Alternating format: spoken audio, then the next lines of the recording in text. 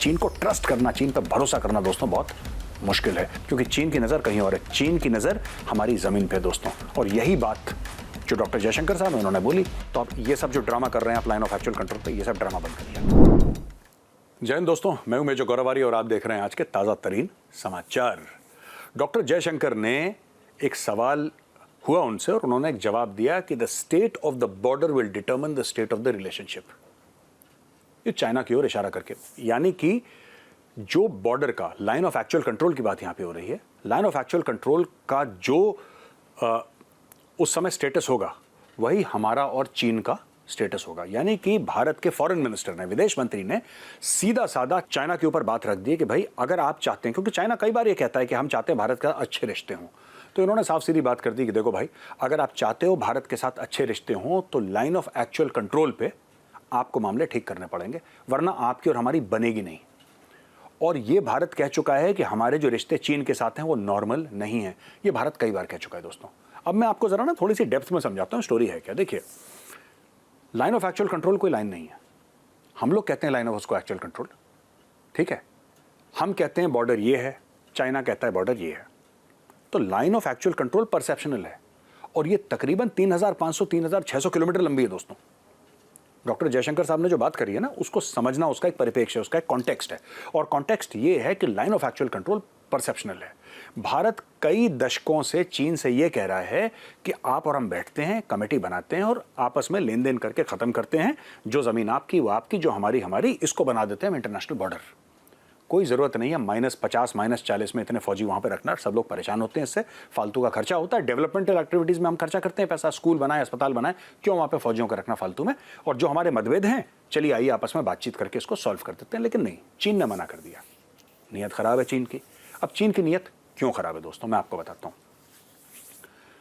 अरुणाचल को भी चीन साउथ टिबेट बोलेगा, यानी कि हमारा इलाका है।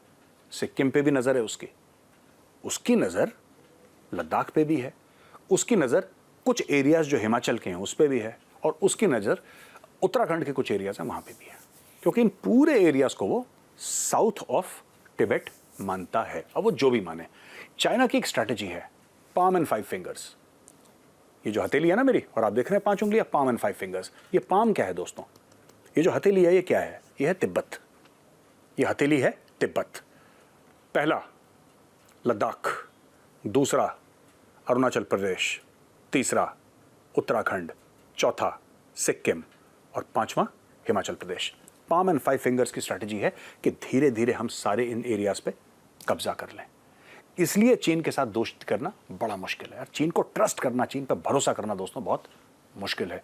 इसलिए चीन मानने को तैयार नहीं है। इसलिए बार बार भारत कहता है कि आओ बैठ के बात करते हैं, इंटरनेशनल बॉर्डर बनाते हैं। बार बार चीन ये कहता है कि नहीं, हम ये नहीं मानेंगे, क्योंकि चीन की नज़र कहीं और है। चीन की नज़र हमारी ज़मीन पे दोस्तों, और यही बात जो डॉक्टर जयशंकर साहब उन्होंने बोली कि the state of the border will determine the state of the relationship. आप हमसे चाहते हैं ना बढ़िया रिश्ते रखना, तो आप ये सब जो ड्रामा कर रहे हैं आप लाइन ऑफ एक्चुअल कंट्रोल पे, ये सब ड्रामा बंद करिए आप। उसके बिना ठीक मामला नहीं हो सकता है। कांग्रेस पार्टी ने सीधी सीधी उंगली उठाई है और बोला है सरकार ने जो 31 ड्रोन लेने का फैसला करा है अमेरिका बहादुर से, उसमें झोल है। और झोल क्या है? कांग्रेस पार्टी का ये कहना, पवन खेड़ा जी हैं जिन्होंने कांग्रेस पार्टी की तरफ से ये इल्ज़ाम लगाया है कि साहब आपने बहुत ज़्यादा पैसे दे दिए। जो ड्रोन अमेरिका एक और देश को, यानी कि भारत के अलावा किसी और देश को जिस पैसे में दे रहा था, भारत ने उससे कहीं ज़्यादा पैसे दे दिए हैं अमेरिका को। ये सीधा साधा लांछन लगाया है, इल्ज़ाम लगाया है, एक्यूजेशन लगाया। अच्छा दोस्तों, 2-3 चीज़ें हैं। सबसे पहले तो मैं वाज़ेह तौर पर आपको बता दूं कि किसी ने अभी तक किसी को 1 रुपये भी नहीं दिया। तो ये कहना कि भारत ने $3 अरब दे दी, ये सब गलत है। दूसरी चीज़, ये जो हम लोग बात करते हैं ड्रोन की ना, ये ड्रोन भारत को क्यों चाहिए, वो एडमिरल आर हरी कुमार का स्टेटमेंट बाद में हम लोग चलाएंगे, बाद में मैं आपको बताऊंगा उसके बारे में। लेकिन पहले मैं ये बताना चाहता हूं कि ये 3 अरब वाला मामला आया कहां से, ये जानना बहुत ज़रूरी है। Where did this $3 billion come from? अच्छा, अमेरिका से जब बात चली, और कई सालों से बात चल रही है लेने की, तो भारत ना 3 ड्रोन इंडियन नेवी लीज पे चला रहा है। यानी कि उसका पैसा देते हैं और उसको चलाते हैं, यानी खरीदा नहीं है, लीज पे लिया है। आप ये समझ लीजिए भाड़े पे लिया है, रेंट पे लिया है। आसान शब्दों में समझा दूं मैं आपको। अब भारत कह रहा है कि हाँ, हमने देख लिया इसको चला के, हमें बड़ा मजा आया, अब हमें चाहिए। और चाहिए कैसे? कुछ नेवी में जाएंगे, कुछ एयरफोर्स में जाएंगे, कुछ आर्मी में जाएंगे। और ये आर्म ड्रोन्स हैं, हेलफायर मिसाइल्स हैं, ऊपर रिकॉनेसेंस कर सकती हैं, ऊपर से देख सकती हैं फलाना। और जब इनको टारगेट टेकआउट करना है तो जमीन पर बैठे हुए आदमी ने लैपटॉप पे एक बटन दबाया, हेलफायर मिसाइल गई, घुसी और चीज बर्बाद। टारगेट मूविंग हो सकता है, यानी कि मोबाइल हो सकता है, इमोबाइल हो सकता है, बिल्डिंग हो सकती है, गाड़ी हो सकती है, कुछ भी हो सकता है।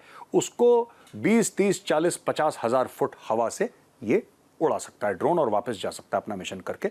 और कहते हैं कि 30, 35, 40 घंटे तक ऊपर ये बिल्कुल घूम सकता है, हवर कर सकता है। तो ये तो कुछ खासियतें हैं ड्रोन की। बहरहाल ये जो $3 अरब का जो प्राइस टैग है ना दोस्तों, ये अमेरिका का प्राइस टैग है। अमेरिकन मीडिया में आ गया ये कि साहब ये 31 ड्रोन हैं, इनकी कीमत होगी 3 अरब। तो वहीं से कांग्रेस पार्टी ने 3 अरब उठाया और बोला कि साहब ये तो बहुत ज़्यादा पैसा दे दिया। मैं सबको बताना चाहता हूँ, और माननीय जो कांग्रेस पार्टी के स्पोक्स पर्सन है पवन खेड़ा जी, मैं उनसे भी विनती करना चाहता हूँ कि सर किसी ने किसी को 1 रुपये भी नहीं दिया ना, भारत माना है कि हम इतना पैसा देंगे, है ना।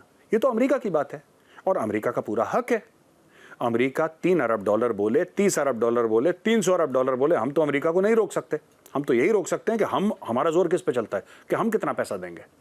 तो अभी वो जो नेगोशिएशन है, जो बहसबाजी है कि साहब हमें इसके साथ ये भी चाहिए, ये टेक्नोलॉजी चाहिए, थोड़ा बहुत इसका हिस्सा भारत में बनेगा, आप इतनी टेक्नोलॉजी भारत को देंगे, इतना इतना करके हम पैसा देंगे, 1 यूनिट का हम इतना देंगे, इतना नहीं देंगे, ये सब चीज़ें अभी लोग बैठ के डिसाइड करेंगे, राइट। ये भी बोल दिया कांग्रेस पार्टी ने कि साहब राफेल में भी दान ली हुई थी। तो राफेल वाला मामला मैं बार बार आपको बोलना नहीं चाहता, क्योंकि इतना मीडिया में मैंने खुद ही इतनी बार डिस्कस करा है कि ये मेरे लिए बोरिंग हो चुका है। साफ सीधी बात है, सुप्रीम कोर्ट की जो जजमेंट है वो इसमें पड़ी हुई है। सुप्रीम कोर्ट ने जो अपने ऑब्जर्वेशंस दिए हैं, rather than judgement I should say, Supreme Court के जो ऑब्जर्वेशंस हैं वो जाके आप पढ़ सकते हैं, इंटरनेट पर पढ़े हुए हैं। सुप्रीम कोर्ट ने पूरे कागज मंगाए जो कि एनवेलप में बंद करके सुप्रीम कोर्ट को दिए गए। अब एनवेलप में क्यों बंद करे गए? क्योंकि ये टॉप सीक्रेट डॉक्यूमेंट थे। तो सरकार ने बोला कि मीडिया को इसका कोई लेना देना नहीं है, बट सुप्रीम कोर्ट आपने मांगा है, हाजिर है आपकी खिदमत में, ये लीजिए पढ़ लीजिए। सुप्रीम कोर्ट ने पूरा रिव्यू करा, सुप्रीम कोर्ट ने बोला ठीक है यार, this is okay, this is all right. तो हमने राफेल खरीद लिया। राफेल के मामले में भी ज्यादा पैसे दे दिए, कम पैसे दे दिए, बात ये नहीं है। आज की तारीख में भारत को चाहिए 42 स्क्वाड्रन चाहिए, फाइटर स्क्वाड्रन भारत को। अगर भारत की जंग होती है पाकिस्तान या चीन के साथ तो 42 स्क्वाड्रन चाहिए। और दोस्तों हमारे पास हैं कितनी? 30। और ये मामला आज का नहीं है, ये मामला कई दशकों से खराब हो रखा है। सबसे बड़ा सवाल ये पूछना चाहिए कि किसकी जिम्मेदारी है कि भारत के पास आज की तारीख में 12 स्क्वाड्रन्स कम हैं? किसकी जिम्मेदारी है? ये जो इतने पायलट्स की डेथ हो गई, आपको पता है जब से भारत आजाद हुआ है 1000 से ऊपर पायलट मारे गए हैं। 1000 से ऊपर पायलटों ने अपनी जान दे दी है, और उसमें से 70% से ज्यादा नॉन वॉर टाइम में उन्होंने अपनी जानें दी हैं, एक्सीडेंट्स में। 60 या 70% में, मतलब कि ऐसा नहीं कि आपकी चाइना के साथ लड़ाई हुई या आपकी पाकिस्तान के लड़ाई हुई उसमें उनकी जानें गई हैं, वो सिर्फ 30% गई हैं। 70% ऐसे पायलट्स की हमारी जानें गई हैं ट्रेनिंग एक्सीडेंट में। कोई तो बताएगा। आपने ऑपरेशन पराक्रम सुना है? ऑपरेशन पराक्रम तब लॉन्च हुआ था दोस्तों जब पाकिस्तानी आतंकवादियों ने अटैक कर दिया था हमारी पार्लियामेंट पे। याद होगा आपको, पार्लियामेंट पे अटैक हो गया था 13 दिसंबर का वो दिन, याद है ना आपको? हाँ वही। उसके बाद आर्मी, नेवी और एयरफोर्स ने लॉन्च करा ऑपरेशन पराक्रम। ऑपरेशन पराक्रम में तकरीबन 10 लाख लोग बॉर्डर पहुंच गए, 10 लाख सैनिक हमारे, 1 million eyeball to eyeball. BSF भी उसमें, आर्मी तो थी, नेवी तो थी, एयरफोर्स थी, उसके अलावा बीएसएफ भी पहुंच गई और आईटीबीपी भी पहुंच गई, और सब लोग पहुंच गए बॉर्डर पे। लड़ाई नहीं हुई पाकिस्तान से, लड़ाई नहीं हुई पाकिस्तान से, जंग नहीं हुई पाकिस्तान से, युद्ध नहीं हुआ पाकिस्तान से। पर आपको पता है हमारे कितने भाई वीरगति को प्राप्त हुए बिना लड़ाई के? 700 से ज्यादा, 700 से ज्यादा भारतीय अफसर और जवान वीरगति को प्राप्त हो गए ऐसे ऑपरेशन में, या ऐसे जिसको कहते हैं मोबिलाइजेशन में, मुझे कहना चाहिए सही शब्द मोबिलाइजेशन है, ऐसे मोबिलाइजेशन में जिसमें जंग नहीं हुई थी, जिसमें लड़ाई युद्ध नहीं हुआ था। 700 से ऊपर मारे गए। और कारगिल में कितने भाई वीरगति को प्राप्त हुए? पूरी कारगिल जो कि एक युद्ध थी, जंग था कारगिल, उसमें कितने गए आपको पता है? 527। यानी कि कारगिल की लड़ाई में हमारे कम भाई वीरगति को प्राप्त हुए, और सिर्फ एक मोबिलाइजेशन में हमारे ज्यादा भाई वीरगति को प्राप्त हो गए। क्यों? क्योंकि आपकी इक्विपमेंट की क्वालिटी 3rd रेट थी, आपकी इक्विपमेंट की क्वालिटी घटिया थी। कौन इसका जिम्मेदार है?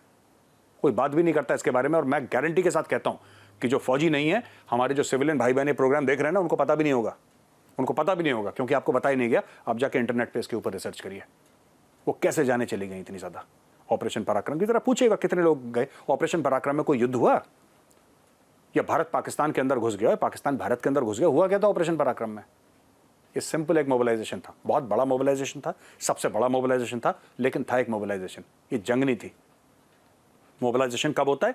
जब यूनिट अपने एरिया से बॉर्डर पे जाती है, सबको इकट्ठा करके बॉर्डर पे पहुंचने की इस मूवमेंट को मोबिलाइजेशन कहते हैं। इसमें और भी चीजें हैं कई सारी, लेकिन बेसिक मैं आपको आसान शब्दों में बता दूं।